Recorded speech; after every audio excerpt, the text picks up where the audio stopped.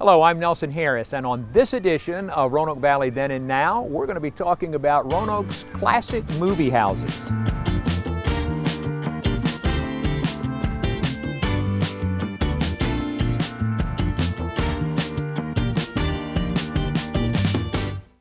Over the decades, Roanoke has had a number of movie theaters, most of them downtown, and so on today's edition of Roanoke Valley Then and Now, we're going to be talking about some of the old theaters that Roanoke used to have. And we'll begin with the Rialto Theater, which opened in December of 1920. It could seat about 1,000 patrons, both floor level and balcony, and it had an orchestra that provided synchronized accompaniment to the movies that were showing. In later years, the Rialto became known mostly for showing westerns. And in 1955, it showed its last films, which was a double feature, one featuring Roy Rogers and the other featuring Gary Cooper. The theater was raised in July of 1956 to make room for a parking lot. Next, we'll look at the Park Theater. The Park Theater opened in February of 1921 and was located between Luck Avenue and Franklin Road. And it was unique in that it was a theater that was owned and managed by a woman. And her desire was that the Park Theater would show more conservative, family-friendly movies than what was being offered at other theaters. The Park Theater felt the impact of television and was one of the first theaters to close as a result of that. In the spring of 1956, the Park Theater announced that it was closing for the summer, but it never did reopen. And so its last film was shown on April 28th of that year. In 1962, the Park Theater building was sold and was razed to provide room for a parking lot. Next, we will look at the Jefferson Theater. The Jefferson Theater opened in March 1910 to really stage vaudeville plays. And it was located on Jefferson Street at Luck Avenue. And then in the 1930s, it converted to be able to show only movies. The Jefferson Theater had a two-tiered balcony, which, when it was constructed, made it rather unique architecturally among Roanoke's movie theaters. And then in 1977, it announced that it was closing. It really had felt by that time the impact of television. The Jefferson Theater property was purchased and razed to make room for an ABC store, and in 1978, the Jefferson Theater was no more. The Roanoke Theater opened on Campbell Avenue on Christmas Day in 1911.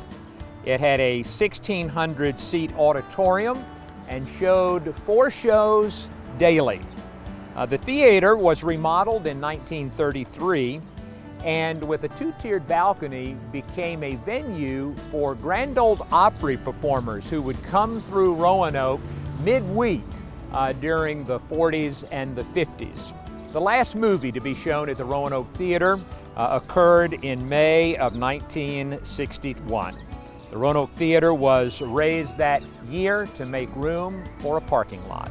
The Strand Theater opened in 1923 in the Henry Street area in northwest Roanoke and was the black movie house. Of course, this would have been during the days of segregation. Interestingly and notably about the Strand Theater was that an early American black movie director, Oscar Michaud, had an office in the Strand Theater, and his film production company was located there in the mid-1920s. And it is believed that some of his early films were edited and produced at that office in the Strand Theater. The Strand Theater closed and ultimately became known as the Lincoln Theater in the 1930s. And the Lincoln Theater was also surpassed by the Hampton Theater in the Henry Street area, and then later the Virginia Theater that opened there. The Virginia Theater operated for many decades, closing in the late 1960s and being raised in 1972, and today is the site of a municipal parking garage. The Strand Theater building, however, still remains in the Henry Street area as an educational center. Roanoke's premier movie house, the American Theater, opened in the late 1920s and could seat some 2,000 patrons. During the 50s and 60s, the American still dominated Roanoke as a premier entertainment venue because of its stage, and so it hosted the graduations of Jefferson High School. It also hosted the Miss Virginia pageant, the Third Thursday music club performances, as well as opera and music shows and touring Broadway productions. But by the mid-50s, however, the American Theater began to diminish in terms of its ability to draw crowds for movies. And so in 1971, when the Roanoke Civic Center and auditorium was completed and opened, the American Theater really ceased to exist as an entertainment venue. In the summer of 1971, management announced that the American Theater would close, and it was razed in 1973 to make way for a bank. And finally, we come to the Grandin Theater, which is behind me. The Grandin Theater opened in 1932 and was the first movie house to show talking pictures. It showed movies for decades and then closed in 1976, when it then became home to Mill Mountain Theater. Mill Mountain Theater did stage productions here until the early 1980s, when it relocated to Center in the Square. In 1983, the Grandin Theater went back to showing movies, but classic movies, and then for the next several years experienced episodic openings and closings due to financial hardships.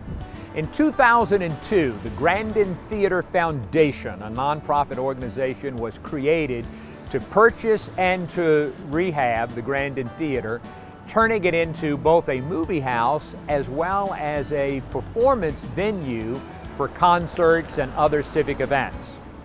And so we have here on Grandin Road the Grandin Theater, which is Roanoke's last remaining classic movie house. Thank you for watching this edition of Roanoke Valley Then and Now. We'll see you next time.